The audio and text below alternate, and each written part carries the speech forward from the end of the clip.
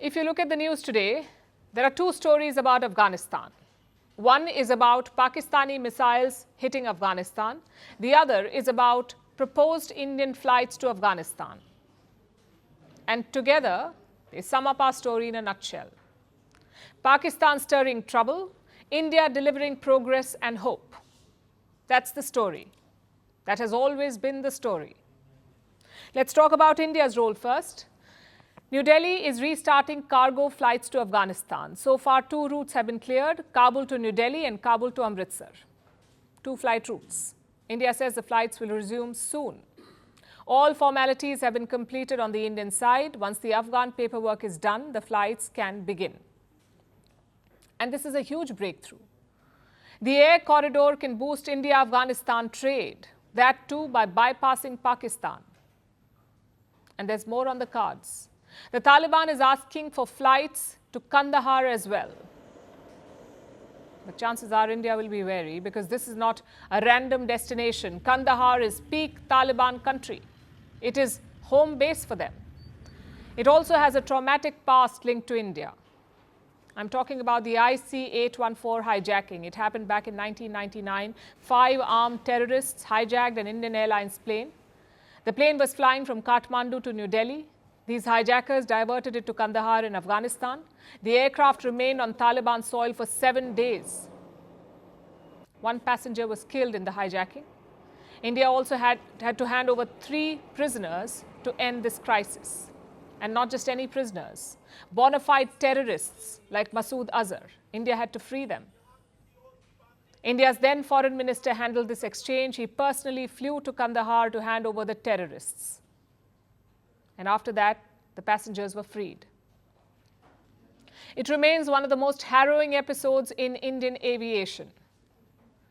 So returning to Kandahar won't be easy. Yes, aviation has changed, but Kandahar is still stuck in the 1990s.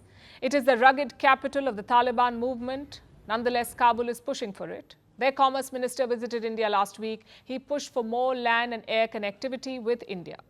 Chabahar के मसीर से जो हम बात कर रहे हैं कि इस रास्ते को हम खोलेंगे इंशाल्लाह ये भी हम बीच में डिस्कस हुआ है और जो ज़मीनी और एयर कॉरिडोर है इस पे मज़ीद काम हो रहा है इसमें टेक्निकल इंशाल्लाह इसमें मज़ीद कोशिश करेंगे. That was the second ministerial trip. The first was in October. That's when the Taliban's foreign minister visited India, and he too pushed for more connectivity. And a big reason for that is Pakistan. You see, Afghanistan and Pakistan share a big border. It's around 2,600 kilometers long.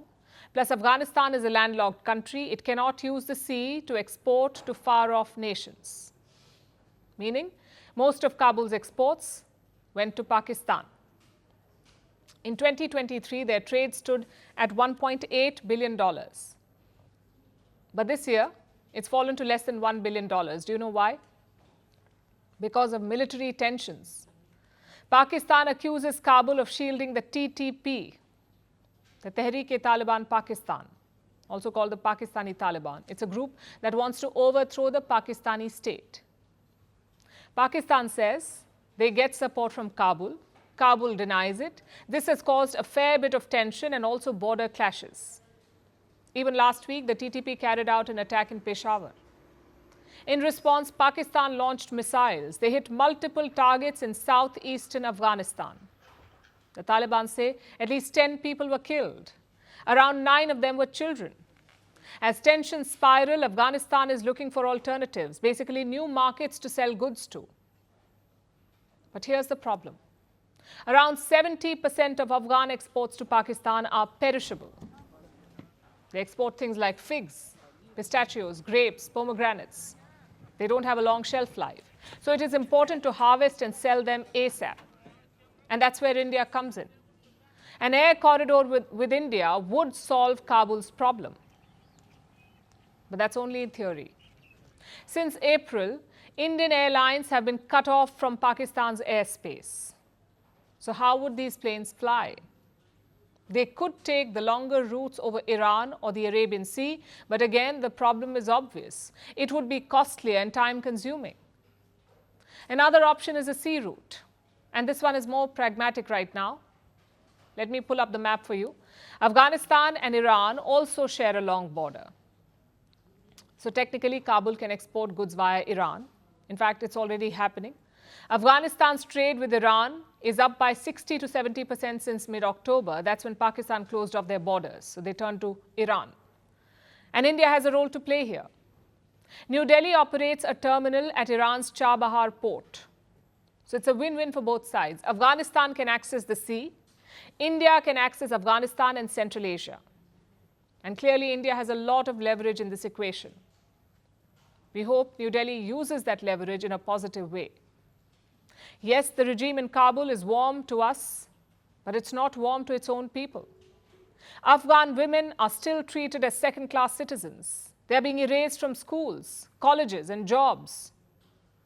Let's hope India uses its leverage to address these concerns. They promised glory. They delivered fear. They shaped nations. They scarred generations. From brutal purges to propaganda machines, from stolen power to violent falls from the throne. Welcome to The Dictator, a series that strips away the myth and then exposes the men behind the tyranny. History remembers their power. Firstpost reveals their truth.